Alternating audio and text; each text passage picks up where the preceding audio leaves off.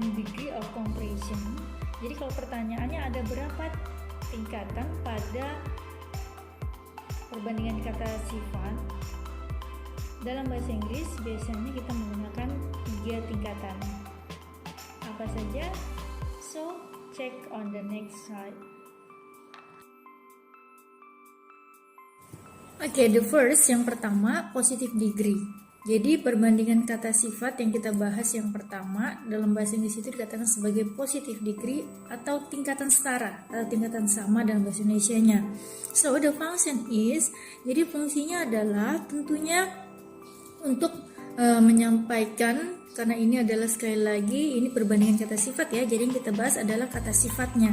Jadi degree positive degree ini digunakan untuk menyampaikan kata sifat bahwa entah dia benda atau orang memiliki kesetaraan atau kesamaan satu dengan yang lainnya, entah sama-sama antar benda satu dengan yang lainnya atau manusia satu dengan yang lainnya. Yang jelas mereka memiliki pernyataan sifat yang sama satu sama lainnya. For example, contohnya ada di bawah, ibu tuliskan satu, yaitu the car is as fast as the bus.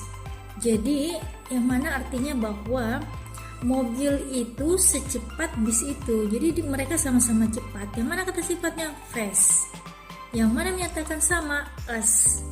Jadi as kata sifat baru kata as lagi, berarti itu setara, artinya secepat karena dia fast makanya secepat. Kalau dia kata di contohnya diganti long, berarti sepanjang, berarti sama panjang, sama cepatnya. Kalau di kasus contoh di bawah ini berarti dia sama cepatnya antara si mobil dan si bis itu.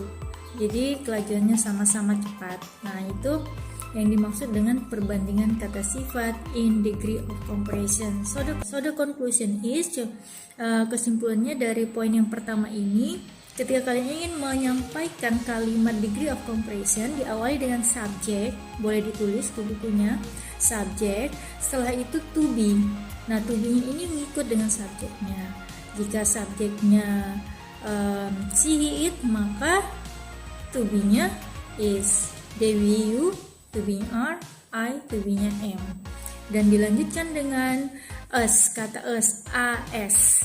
Setelah itu kata sifat, apa yang mau disampaikan. Kalau dia manusia, apakah dari parasnya dan lain sebagainya lainnya atau sifat-sifat lainnya, silahkan.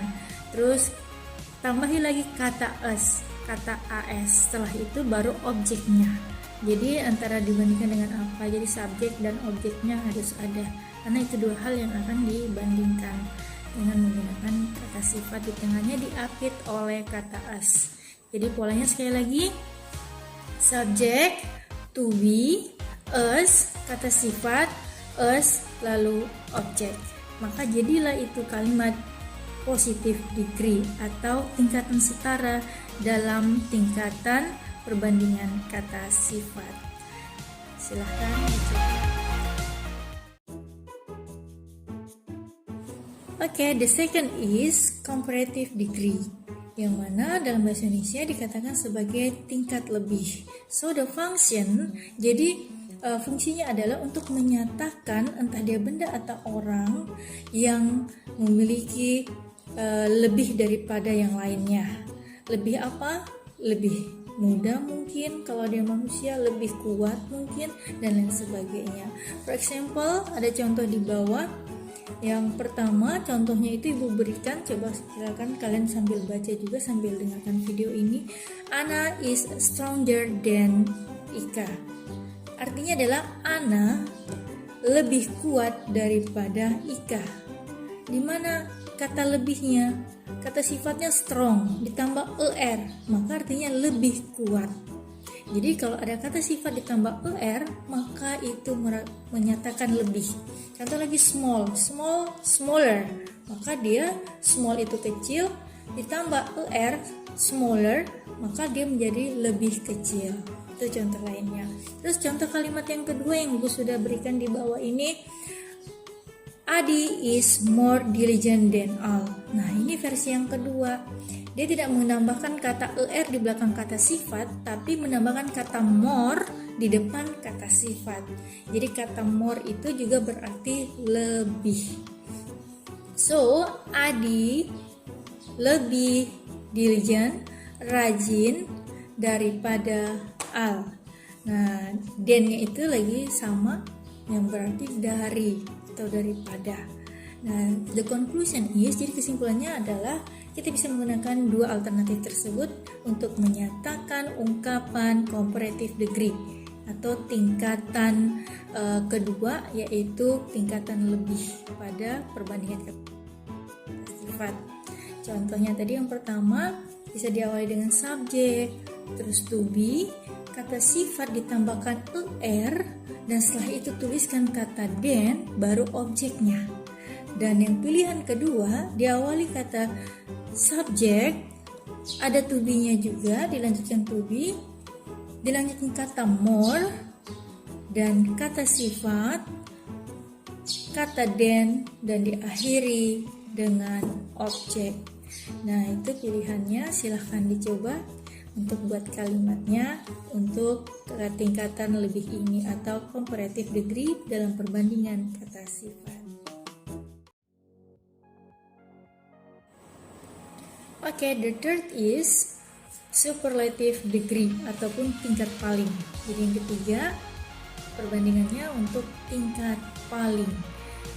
So, the function is, jadi fungsinya karena dia tingkatan paling, of course tentunya untuk menyatakan bahwa entah dia benda atau orang, dia berada pada konsep dimana menyatakan bahwa dia yang paling dibanding dengan yang lainnya. Jadi perbandingannya ini dia dikonsepkan superlatif ini dia yang terhebat, terapa dan sebagainya itu dibandingkan dengan yang lainnya.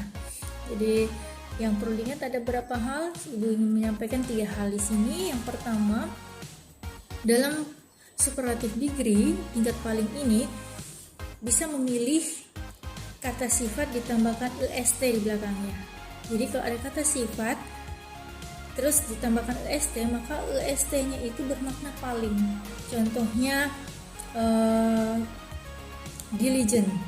Jadi atau tadi yang pertama kalau small jadi smaller, ini jadi smallest. Kalau smaller dia lebih kecil, kalau smallest dia paling kecil.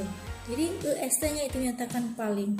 Contoh yang lainnya menggunakan yang kedua yang perlu diingat bisa menggunakan kata most. Kalau di tingkat lebih more, di sini most. Jadi menggunakan kata most yang berarti juga paling.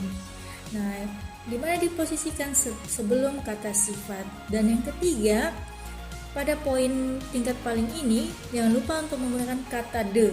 Fungsi kata the adalah untuk penegasan bahwa benar di mana paling, entah paling apapun, entah dia benda atau orang. Dan the-nya diposisikan di depan kata sifat ataupun di depan kata most jika menggunakan kata most.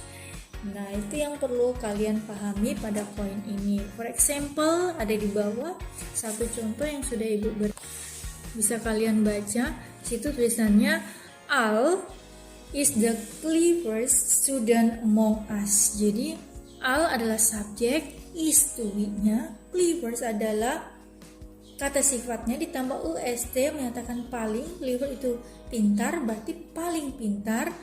Student, siswa paling pintar. Among, di antara. Us, kami. Jadi bandingkannya adalah di kelas yang mungkin si Al ini adalah yang terpintar. Di situ dibandingkan antara kami. Jadi input yang berbicara, mungkin termasuk saya. Kalau saya yang berbicara, karena mewakili kata kami. Jadi yang terpenting adalah menggunakan kata est, maka itu berarti paling. Nah, bagaimana jika tidak menggunakan kata est? Maka tinggal menggunakan Al is the most clever clever student among us. Jadi nggak usah menggunakan kata est, tapi menggunakan kata most. Dan jangan lupa tetap ada kata the-nya di depan setelah to be. karena itu sekali lagi sebagai penegas bahwa dia yang paling. Okay, I think enough for my simple explanation. Silahkan dicoba untuk superlative degree-nya sama dengan tingkatan yang pertama dan yang kedua tadi, tingkatan setara, lebih, dan yang paling.